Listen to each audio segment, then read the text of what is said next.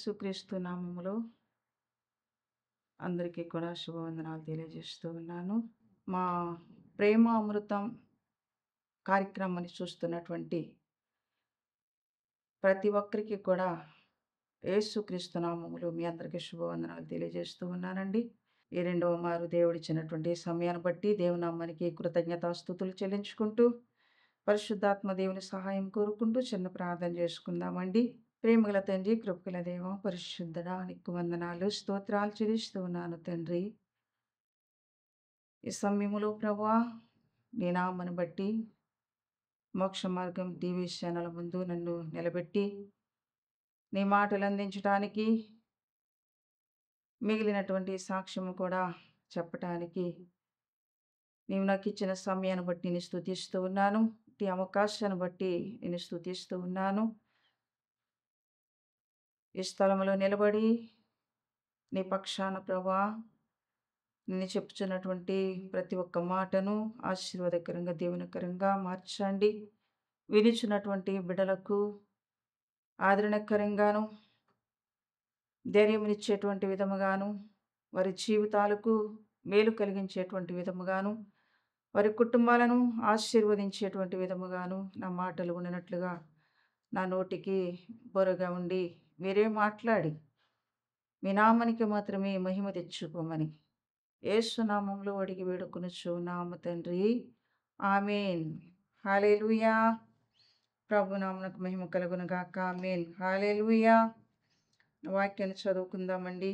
ఇర్మీయా గ్రంథంలో నుంచి 31వ అధ్యాయము 3వ వచనాన్ని మనం చదువుకున్నట్లయితే, చాలా కాలం క్రిందట యెహోవా నాకు ప్రత్యక్షమై ఇట్లా నేను శాశ్వతమైన ప్రేమతో నేను నిన్ను ప్రేమించుచున్నాను గనుక విడువక నీ ఎడల కృప చూపుచూ ఉన్నాను. దేవునికి స్తోత్రం. హల్లెలూయా. ఆయన శాశ్వతమైనటువంటి ప్రేమతో నిన్ను, నన్ను, ప్రతి ఒక్కరిని కూడా ప్రేమించే దేవుడై ఉన్నాడు. ఆయన ఎవరిని కూడా విడిచిపెట్టే దేవుడు ఎంత మాత్రమును కాదు. లూకా సువార్త 19వ అధ్యాయంలో జక్కయ్య అనేటువంటి సుంకపు గుత్తదారుడైనటువంటి ఒక ఉద్యోగస్తుడు మనకు కనబడుతూ ఉన్నాడు. యేసయ్యను చూడాలని ఆశపడ్డాడు. ఆశగున్న ప్రాణాన్ని తృప్తిపరిచే దేవుడు తన ఆశను తీర్చడానికి దేవుడు ఇష్టపడి ఉండి, జక్కయ్య పొట్టివాడైనందువల్ల ఆ జన సమూహములో చూడలేనటువంటి పరిస్థితుల్లో తనకొక ఆలోచన వచ్చింది. నేను ముందుగా పరిగెత్తుకుని వెళ్ళి ఎక్కడైనా ఎత్తైనటువంటి స్థలములో నిలబడి ఏమైనా సరే నేను యేసయ్యను చూడాలి అన్నటువంటి అత్యాసక్తితో తను ముందుగా పరుగున వెళ్ళి ఒక మేడి చెట్టు కనపడితే ఆ మేడి చెట్టు ఎక్కి కూర్చుని ఉన్నాడు. హృదయ రహస్యాలు ఎరిగినటువంటి దేవుడు, ఎవరు ఏ ఆశతో దేవుని ఎడల ఆకాంక్ష కలిగి ఉన్నారో వారి హృదయ వాంఛలను తీర్చగలిగేటువంటి దేవుడు ఆ చెట్టు దగ్గరికి రాగానే పైకి చూసి, జక్కయ్య త్వరగా దిగిరా అని యేసయ్య పలికిన వెంటనే జక్కయ్య త్వరగా దిగాడు. సంతోషముతో నేను యేసయ్యను చూడాలనుకున్నాను కానీ యేసయ్య నాతో మాట్లాడి నా పేరు పెట్టి పిలిచాడు అన్నటువంటి సంతోషముతో ఆయన త్వరగా దిగి వచ్చి ఆయనను చేర్చుకున్నాడు అన్నటువంటి మాటలు ఇక్కడ మనం చూస్తూ ఉన్నాం. ఆయనను చేర్చుకున్న తర్వాత అక్కడున్నటువంటి వారందరూ కూడా శిష్యులే అవ్వచ్చు, ఇంకా అక్కడున్నటువంటి జనసమూహంలో ఉన్నవారే అవ్వచ్చు. జక్కయ్యను చూసి తన గురించి వాళ్ళు అనుకున్నటువంటి మాటలేమిటంటే, పాపి అయిన మనిషి. ఇతడెవరు? పాపి అయిన మనిషి. యేసయ్య ఇతని యొద్దకు కూడా వెళుచూ ఉన్నాడేంటి అని ఒకరినొకరు చెప్పుకున్నటువంటి సందర్భాన్ని మనం ఇక్కడ చూస్తూ ఉన్నాం. జక్కయ్య వినగానే ఆ మాటలు తనను బాధపెట్టి ఉండవచ్చు, గాయపరిచి ఉండవచ్చు, కృంగిపోయేటువంటి పరిస్థితులు కలిగి ఉండవచ్చు కానీ,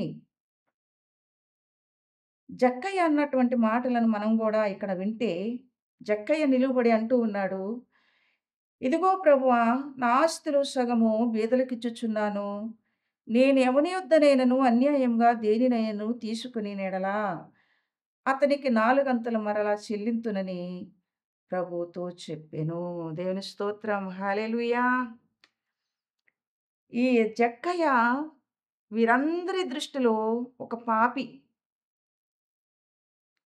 పాపి అయినటువంటి మనిషి దగ్గర బస చేయడానికి యేసయ్య వెలుచు ఉన్నాడు అన్నటువంటి మాటలు వినిన వెంటనే జక్కయ్య అన్నటువంటి మాటలు ఇక్కడ మనకు వినబడుతూ ఉన్నాయి. జక్కయ్య కూడా నేనేంటి? నా ఉద్యోగం ఏంటి? నా పరిస్థితి ఏంటి? నా హోదా ఏంటి? నా స్థితేంటి? నేను యేసయ్యని చూడటం, ఆశపడటం ఏమిటి? వీరితో ఈ మాటలు అనిపించుకోవడం ఏమిటి? వీరు నన్నెందుకనాలి? నేనొక అధికారిని కదా! అన్నటువంటి గర్వము గాని, అహంకారము గాని, తనలో ఏ విధమైనటువంటి హెచ్చైనటువంటి స్వభావము తనలో లేకుండా, తనను తాను తగ్గించుకొని, నిజముగానే నేను పాపిని, నిజముగానే నేను దుర్మార్గుడిని, నిజముగానే నేను అన్యాయస్తుడిని. ఇలాంటి వ్యక్తినైనటువంటి నన్ను నీవు ప్రేమించావు ప్రభువా! నా వల్ల నిన్ను నిందిస్తూ ఉన్నారు ప్రభువా! నా వల్ల నీవు నీ నామము దూషింపబడకూడదు. కనుక నీవు నన్ను ప్రేమిస్తూ ఉన్నావు గనక నేను కూడా నిన్ను ప్రేమిస్తూ ఉన్నాను. నిన్ను ప్రేమిస్తూ ఉన్నాను గనుక నా అన్యాయపు జీవితాన్ని నేను విడిచిపెడతాను. నా పాపపు జీవితాన్ని నేను విడిచిపెడతాను. నేనింతవరకు ఎలాంటి అన్యాయపు క్రియలు చేశానో, ఎలాంటి పాపపు క్రియలు చేశానో, వాటన్నిటిని కూడా నేను విడిచిపెట్టి, ఇదిగో నేను ఒక తీర్మానం చేసుకుంటున్నాను ప్రభువా! నా ఆస్తిలో సగము బీదలకిచ్చేస్తాను ప్రభువా! నేను ఎవని యొద్దనైనను అన్యాయంగా దేనినైనను తీసుకొనిన యెడల అతనికి నాలుగంతలు మరలా చెల్లిస్తాను ప్రభువా! అని ఒక ఒడంబడిక చేసుకున్నాడు జక్కయ్య గారు. దేవుని స్తోత్రం. హల్లెలూయా! యేసు ప్రభువారు ఎంత సంతోషపడ్డారంటే తన మాటలకు, చాలా సంతోషించి యేసు ప్రభు అనేటువంటి మాటలు ఇక్కడ మనము చూస్తూ ఉన్నాం. ఇతడును అబ్రహాము కుమారుడే. ఎందుకనగా నేడు ఈ ఇంటికి రక్షణ వచ్చి ఉన్నది. దేవుని స్తోత్రం. హల్లెలూయా! ఎందుకొచ్చింది ఈ రక్షణ? ఊరికే వచ్చేసిందా ఈ రక్షణ? తన పాపపు స్థితిని ఒప్పుకున్నాడక్కడ. తను అన్యాయంగా దేనినైతే సంపాదించుకున్నాడో, దానంతటిని కూడా మరలా నేను నాలుగంతలు చెల్లిస్తానంటూ ఉన్నాడు. తన ఆస్తి అంతా కూడా బీదలకిస్తూ ఉన్నానంటూ ఉన్నాడు. ఇలాంటి తీర్మానము నీవు, నేను చేసుకోగలమా? తన జీవితానంతా కూడా యేసయ్యకి అప్పగించేశాడు. ఒక తీర్మానం చేసుకున్నాడు. ఒక ఒడంబడిక చేసుకున్నాడు. అందువలనే యేసు ప్రభువారు ప్రేమించి ఇతడును అబ్రహాము కుమారుడే. ఎందుకనగా నేడు ఈ ఇంటికి రక్షణ వచ్చి ఉన్నది. ఎందుకంటే జక్కయ్య తన పాపమును ఒప్పుకున్నాడు. తన స్థితిని ఒప్పుకున్నాడు. నిజమే వారన్నట్లుగానే నేను అన్యాయస్తుడిని. నేను పాపిని. ప్రభువా! నేను ఒప్పుకుంటూ ఉన్నాను. నా పాపాన్ని విడిచిపెడతాను. నా అన్యాయపు జీవితాన్ని నేను విడిచిపెడతాను. నేను అలా జీవించను ఇక మీదట. నేను ఇలా జీవించాలనుకుంటూ ఉన్నాను. ఇలా చేయాలనుకుంటూ ఉన్నాను. నీ చిత్తమైతే, నీకిష్టమైతే నేనన్నటువంటి మాటలు నీకు అంగీకారములైతే నేను అలా చేసి నిన్ను వెంబడిస్తాను ప్రభువా! నీతోనే జీవిస్తాను ప్రభువా! అని ఒక తీర్మానం చేసుకున్నాడు. దేవుని స్తోత్రం. హల్లెలూయా! ఎందుకంటే నశించిన దానిని వెదికి రక్షించుటకు మనుష్య కుమారుడు వచ్చునని అతనితో చెప్పాడు. అలాగయ్యా! నేను నశించిపోవడం నీకిష్టం లేక, నన్ను ప్రేమించి నిన్ను చూడాలనుకున్నాను కానీ, ఇంత నా పైన ప్రేమ చూపించి, నా ఇంటికి వచ్చి, నన్ను రక్షించి, నా పాపము నుండి, శాపము నుండి, నన్ను అన్యాయపు జీవితం నుండి నన్ను మార్చి ఒక నూతనమైనటువంటి జీవితాన్ని నాకు ప్రసాదించావు ప్రభువా. నా జీవితాంతము కూడా నేను నీతోనే జీవిస్తాను అని ఒడంబడిక చేసుకున్నాడు. దేవుని స్తోత్రం. హల్లెలూయా! ఇలాంటి మరి సందర్భాల్లో దేవుని సేవకులు వాక్యము ద్వారా గద్దించినప్పుడు, ఏ స్థలములోనైనా ఆ వాక్యము నీ జీవితంలో, నీ హృదయంలో నాటుకున్నప్పుడు, ఆ వాక్యము ఎవరినైతే హెచ్చరిస్తూ ఉన్నదో, ఎవరినైతే ఖండిస్తూ ఉన్నదో, ఎవరి జీవితాన్ని ఎత్తి చూపిస్తూ ఉన్నదో, ఆ సమయంలో జక్కయ్య వలెనే మనము కూడా ఆ స్థితిని విడిచిపెట్టి, ఒక నూతనమైనటువంటి జీవితాన్ని జీవించటానికి మనం ఒక తీర్మానం చేసుకోవాలి. దేవునికి స్తోత్రం. హల్లెలూయా!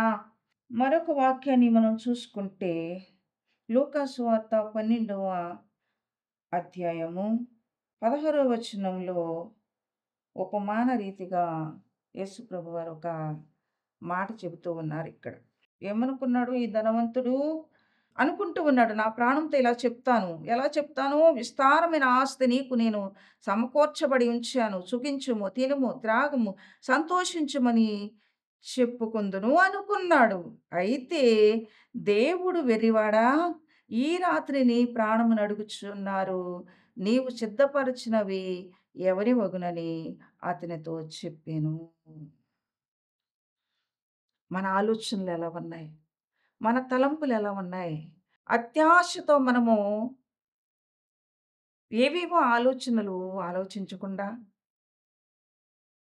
కలిగిన దానితో తృప్తి పడి, ఎవరు కష్టంలో ఉన్నారో, ఎవరు బాధలో ఉన్నారో, ఎవరు పేదరికంలో ఉన్నారు, ఎవరు ఆకలితో ఉన్నారు, ఎవరు దప్పికతో ఉన్నారో, వారి విషయంలో మనము సహాయం చేసినప్పుడు, దేవుడు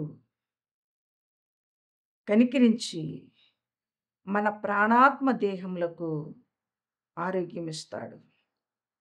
సేద తీరుస్తాడు. కృప చూపిస్తాడు. అంతస్తులు మనము కట్టుకోవాలని ఆలోచిస్తే దేవుడంటాడు, ఇవన్నీ కూడా నేనిచ్చినవే గదా! నీ అంతట నీవేమి సంపాదించావు? నీ ప్రాణం కూడా నేను పెట్టిందే కదా! ఈ రాత్రే నీ ప్రాణము అడుగుచూ ఉన్నారు. నీవు సిద్ధపరిచినవన్నీ ఎవరి మగును? వెర్రివాడా అని పిలుస్తూ ఉన్నాడు. వెర్రివాడా అని పిలుస్తూ ఉన్నాడు. ప్రాణంతో చెప్పుకుంటాను. ఈ విధంగా చేస్తాను, ఈ విధంగా చేస్తానని నా ప్రాణంతో చెప్పుకుంటాను. సుఖించుము, తినుము, త్రాగుము, సంతోషించుమని చెప్పుకుంటాను అని అనుకున్నాడు అంతే, ఇంకా చెప్పుకోలా. వెంటనే పరిశుద్ధాత్మ దేవుడు, పరలోకపు తండ్రి దేవుడు, వెర్రివాడా, ఈ రాత్రి నీ ప్రాణమును అడుగుచూ ఉన్నారు. నీవు సిద్ధపరిచినవి ఎవరి వగును అని దేవుడు మాట్లాడుతూ ఉన్నాడు. నిజమే, వెర్రివారము, తెలివి తక్కువ వారము మనము, బలహీనులము. మన ఆలోచనలు, మన తలంపులు దేవునికి ఏపాటివి? ఆయన పరమజ్ఞాని. ఆయనతో సహవాసం చేస్తే, ఆయన సన్నిధానంలో మనం గడిపితే, మనకేది కూడా తక్కువ చేయడు. ఆయనను ఆశ్రయించు వారికి ఏ మేలు కొదువై ఉండదు అని చెప్పినటువంటి దేవాతి దేవుడు సమస్తమును కూడా మనకు అనుగ్రహించి, ఆ దేవాతి దేవుడు సమస్త విషయాలు మనకు తోడుగా ఉండి మనలను పోషిస్తాడు. దేవునికి స్తోత్రం. హల్లెలూయా! ఇంకా మనం చూసినట్లయితే లూకా సువార్త 11వ అధ్యాయము మొదటి నుంచి మనం చూస్తే, దేవుని మీద ఆధారపడి దేవుని ఏదడిగినా కూడా దేవుడు మనకు అనుగ్రహిస్తాడని తండ్రిని వేడుకోమని ఇక్కడ యేసయ్య చెప్పినట్లుగా మనం చూస్తూ ఉన్నాం. మన సొంత ఆలోచనలు కాదు గానీ, సొంత తలంపులు కాదు గానీ, దేవుడు మనకిచ్చినటువంటి ఆ ప్రతి ఒక్క పరిస్థితిని కూడా దేవునికి మనం తెలియజేసినప్పుడు, దేవుడు సమస్తమును కూడా మనకు అనుగ్రహించటానికి ఇష్టపడతాడు. దేవునికి స్తోత్రం. హల్లెలూయా! అలాగే మరొక వాక్యాన్ని మనం చూసినప్పుడు, ఇక్కడ లోక సువార్తలోని 16వ అధ్యాయంలోనే, మరి 16వ అధ్యాయము 19వ వచనం దగ్గర నుంచి మనం చూస్తే, ధనవంతుడు ఒకడున్నాడండి. ఇతనెవరండి? బహుగా చుక్కపడుచుండువాడు. బహు ధనవంతుడు. ఆ ధనవంతుడేమో నా పంటను కూర్చుకోవడానికి కొట్లు సాలవు. కొట్లు విప్పి మరి కొట్లు పెద్దగా కట్టుకుని, నా ధాన్యాన్నంతా కొట్లులో సమకూర్చుకుని, నా ప్రాణంతో చెప్పుకుంటాను, నా ప్రాణమా తినుము, త్రాగము, సుఖించుము. అనేక సంవత్సరములకు సరిపడినంత ఆస్తి మరి నీకు సమకూర్చబడి ఉన్నది అని నేను చెప్పుకుంటాననుకున్నాడు. ఆ రాత్రే ప్రాణము పోయినట్లుగా మనం చూస్తూ ఉన్నాం. ఈ ధనవంతుడు కూడా మరి ప్రతి దినము కూడా బహుగా సుఖపడుచుండేటువంటి వ్యక్తి అని ఇక్కడ వ్రాయబడి ఉంది. ఒక పేద లాజరు అనేటువంటి వ్యక్తి కూడా ఇక్కడ మనకు కనబడుతూ ఉన్నాడు. ఆరోగ్యం లేదు, ఇల్లు లేదు, సరైన వస్త్రములు లేవు, మరి సరైనటువంటి పొజిషన్‌లో లేడు. మరి మిత్రులు గాని, మరి రక్త సంబంధికులు గాని, మరి ఎవరు కూడా ఉన్నట్లుగా ఇక్కడ కనిపించట్లేదు. అతని విషయంలో మరి దేవునిని ఆరాధిస్తూ, దేవుని మీద ఆధారపడి, దేవుని స్తుతిస్తూ, నేను ఏ స్థితిలో ఉన్నా, నేను ఎలాంటి స్థితిలో ఉన్నా, నేను ఆకలి బాధతో ఉన్నా, దాహము బాధతో ఉన్నా, శరీర బాధలతో ఉన్నా, ఎలాంటి స్థితిలో నేనున్నా, ఏ స్థితిలో ఉన్నా నేను స్తుతిస్తాను. నిన్నే సేవిస్తాను. నా ప్రాణము పోయేంత వరకు నిన్ను విడిచిపెట్టను. నీ నామాన్ని స్తుతించకుండా నేను ఉండలేను అని ఆ పేద లాజరు పలికినటువంటి మాటలను మనం ఇక్కడ చూస్తూ ఉన్నాం. అతని బల్ల మీద పడినటువంటి రొట్టె ముక్కలు కూడా మరి తినటానికి అవకాశం లేనటువంటి పరిస్థితులు. ఆకలి తీర్చుకున గోరాడు గానీ అతను తినలేకపోయాడు. అంతేకాక కుక్కలు వచ్చి వాని కురుపులు కూడా నాకుతూ ఉన్నాయి. ఆ దరిద్రుడు కూడా చనిపోయాడని ఇక్కడ వ్రాయబడి ఉంది. చనిపోయిన తర్వాత దేవదూతల చేత అబ్రహాము రొమ్మున ఆనుకునుటకు కొనిపోబడినని ఇక్కడ వ్రాయబడి ఉన్నది. ధనవంతుడు కూడా చనిపోయాడని, పాతిపెట్టబడ్డాడని, పాతాళములో బాధపడుచు కన్నులెత్తి దూరం నుండి అబ్రహామును అతని రొమ్మున ఆనుకొనిన లాజరును చూశాడు. పాతాళంలో ఉండి చూశాడు. భూమి మీద ఉండగా అతడు బహుగా సుఖించాడని ఇక్కడ వ్రాయబడి ఉంది. కష్టం అంటే ఏంటో తెలీదు. బాధ అంటే ఏంటో తెలీదు. రోగం అంటే ఏంటో తెలీదు. ఆ ఆకలి బాధ ఏంటో తెలీదు. ఎలాంటి బాధ కూడా ఈ భూమి మీద ఉండగా, శరీరంతో ఉండగా అతను ఏ బాధ కూడా పడలేదని బహుగా సుఖపడ్డాడని ఇక్కడ వ్రాయబడి ఉన్నది. ఈ లాజరైతే అడుగడుగునా శ్రమలే, అడుగడుగునా బాధలే. ఎవరినైనా అమ్మా ఆకలిగా ఉంది, ఒక ముద్ద పెట్టమ్మా అని అడిగినా అతని శరీరం వ్యాధి చూసి దూరముగా పారిపోయేటువంటి పరిస్థితి లాజరుకున్న పరిస్థితి. సరైనటువంటి వస్త్రములు లేవు, ఆరోగ్యము లేదు, శరీరం అంతా కూడా క్షీణించిపోయింది. శరీరం అంతా కూడా కురుపులతో మరి చాలా మరి ఆ సీమి రక్తములు కారుకుంటూ మరి చాలా భయంకరమైనటువంటి బాధను అనుభవిస్తూ ఉన్నాడు ఈ లాజరైతే. కానీ దేవుని నామాన్ని మాత్రం మరవలేదండి. దేవుని స్తుతించడం మానలేదు. దేవుని ఆరాధించడం మానలేదు. మందిరానికి రానివ్వకపోయినా, సమాజంలోనికి రానివ్వకపోయినా, రక్త సంబంధికులు రానివ్వకపోయినా, బంధుమిత్రులు రానివ్వకపోయినా, అయిన వారు రానివ్వకపోయినా, ఏకాకిగా ఉంటూ కూడా ఎవరు పలకరించేటువంటి పరిస్థితులు లేకపోయినా కూడా, దేవా నీవున్నావు నన్నెప్పుడు పిలుస్తావు నాయనా? నన్నెప్పుడు తీసుకుంటావయ్యా? ఈ భూమి మీద నేను యాతన పడలేకపోతున్నానయ్యా. నీ చెంతకు నన్నెప్పుడు రమ్మంటావు? ఎదురు చూస్తూ ఉన్నానయ్యా అని ఈ పేద లాజరు ఎన్నో మరి పర్యాయములు ఆయనకు మొరపెట్టి ఉండవచ్చు. దేవుని స్తోత్రం, హల్లెలూయా! ఈ పేద లాజరు పడినటువంటి బాధ చాలా భయంకరమైనటువంటి బాధ. ఈ ధనవంతుడైతే ప్రతిదినము సుఖపడుచు ఉన్నాడు. బహుగా సుఖపడుచు ఉన్నాడు. అయ్యో పాపమని తను తిన్నటువంటి రొట్టె ముక్కలు కింద పడినటువంటి రొట్టె ముక్కలు కూడా ఏరుకుని తినటానికి కూడా అక్కడ అనుమతి లేనటువంటి పరిస్థితి. అయినప్పటికీ కూడా దేవుని స్తుతిస్తూ, ఆరాధిస్తూ, నన్నెప్పుడు పిలుసుకుంటావయ్యా? నీ సన్నిధికి నేనెప్పుడు వస్తాను? నీ సన్నిధిలో నేనెప్పుడు సుఖ సౌఖ్యములతో నీతో కలిసి ఆనందిస్తాను? అట్టి భాగ్యం నాకెప్పుడిస్తావు? అని ఎదురు చూస్తూ ఎన్నో మారులు దేవుణ్ణి అడిగినటువంటి సందర్భాలు ఉండవచ్చు. ఆ రోజు రానే వచ్చింది. ఈ పేద లాజరు చనిపోయాడు. దేవదూతలు వచ్చి ఆహ్వానించి ఆయనను తీసుకుని వెళ్ళాయి. దేవుని స్తోత్రం, హల్లెలూయా! ఎంత గొప్ప దేవుడండి! ఎంత గొప్ప దేవుడండి! ఎంత ఆనందమండి! ఎంత సంతోషమండి! దేవదూతలే తీసుకెళ్ళాయంట లాజరు ఆత్మ. ఎంత గొప్ప భాగ్యము! ఎంత గొప్ప ధన్యత! దేవునికి స్తోత్రము. దేవుని నామానికి మహిమ కలుగును గాక. ఆమేన్. హల్లెలూయా! ఈ పేద లాజరు చనిపోయినప్పుడు, దరిద్రుడు చనిపోయినప్పుడు ఈ గ్రామంలో ఎవ్వరు కూడా రారు గాని, అస్సలు ఒక్క ముద్ద అన్నం పెట్టడానికే రానోళ్ళు ఈ శవాన్ని ఎవరు తీసుకెళ్తారండి? దేవుని స్తోత్రం, హల్లెలూయా! అలాంటి పరిస్థితిలో ఉన్నటువంటి ఈ లాజరు చనిపోయిన తర్వాత దేవదూతలు వచ్చి అతను తీసుకుని వెళ్ళిపోయినాయంట. అబ్రహాము రొమ్మున ఆనుకుని ఉన్నాడు. ఇప్పుడు ధనవంతుడు కూడా చనిపోయాడు. అప్పుడు అతడు పాతాళములో బాధపడుచు కన్నులెత్తి దూరము నుండి అబ్రహామును అతని రొమ్మున ఆనుకుని ఉన్న లాజరును చూచాడండి. చూసి, తండ్రివైన అబ్రహామా, నా యందు కనికరపడి తన వ్రేలికొనను నీళ్లలో ముంచి నా నాలుకను సల్లార్చుటకు లాజరును పంపయ్యా అని వేడుకొన్నాడంట. దేవుని స్తోత్రం, హల్లెలూయా! ఎక్కడికి?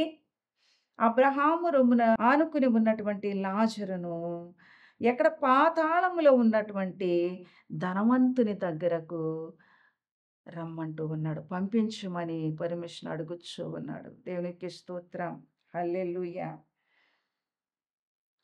యాతన పడుచూ ఉన్నాడు ఈ ధనవంతుడు. ఈ భూమి మీద ఎంతో సుఖపడ్డాడు. ప్రతి దినము బహుగా సుఖపడ్డాడు. కానీ ఈ ప్రాణము విడిచిన తర్వాత, చనిపోయిన తర్వాత తిన్నగా పాతాళంలోనికి వెళ్ళిపోయాడు.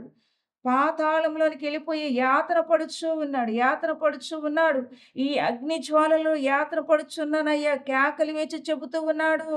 తండ్రివైన అబ్రహామా, ఒక్కసారి లాజరును తన వేలికొనను నీళ్లలో ముంచి నా నాలుకను చలార్చుటకు ఒక్కసారి పంపించయ్యా అని వేడుకుంటూ ఉన్నాడు.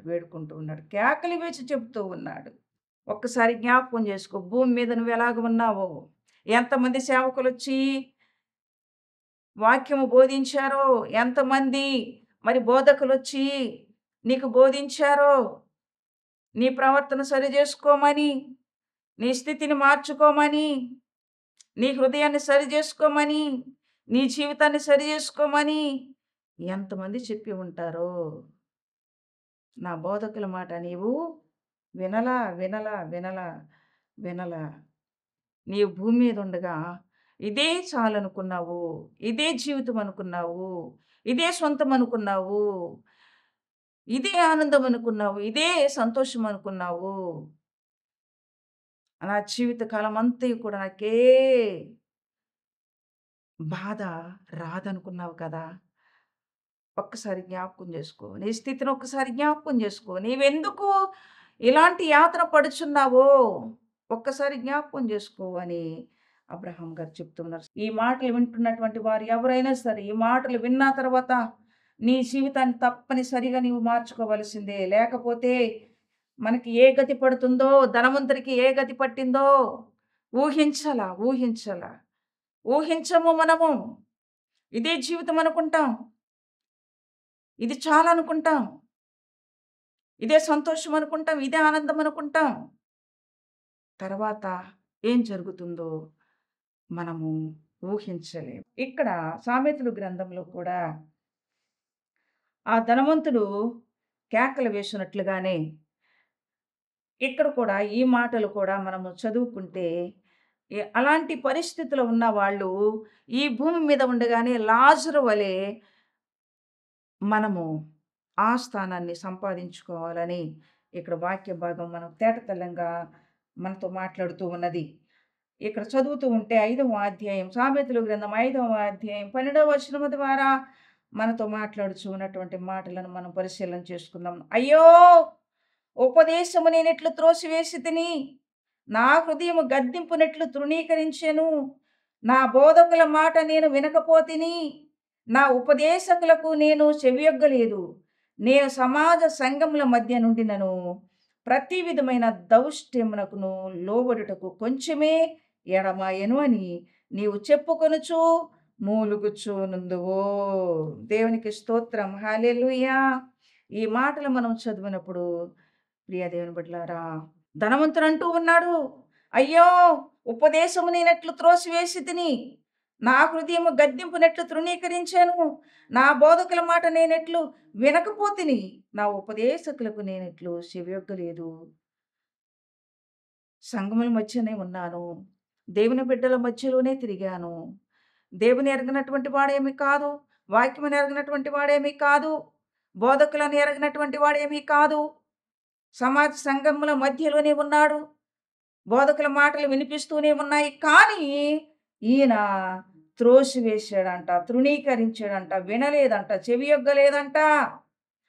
కొంచెమే వెడమాయిందని ఇక్కడ చెప్పుకుంటూ మూలుగుతూ ఉన్నాడు. ఈ ధనవంతుడి కేకలు కూడా అలాగే ఉన్నాయి. అయ్యో! అయ్యో! అబ్రహాము, తండ్రి అయిన అబ్రహామా, నా యందు కనికరపడయ్యా.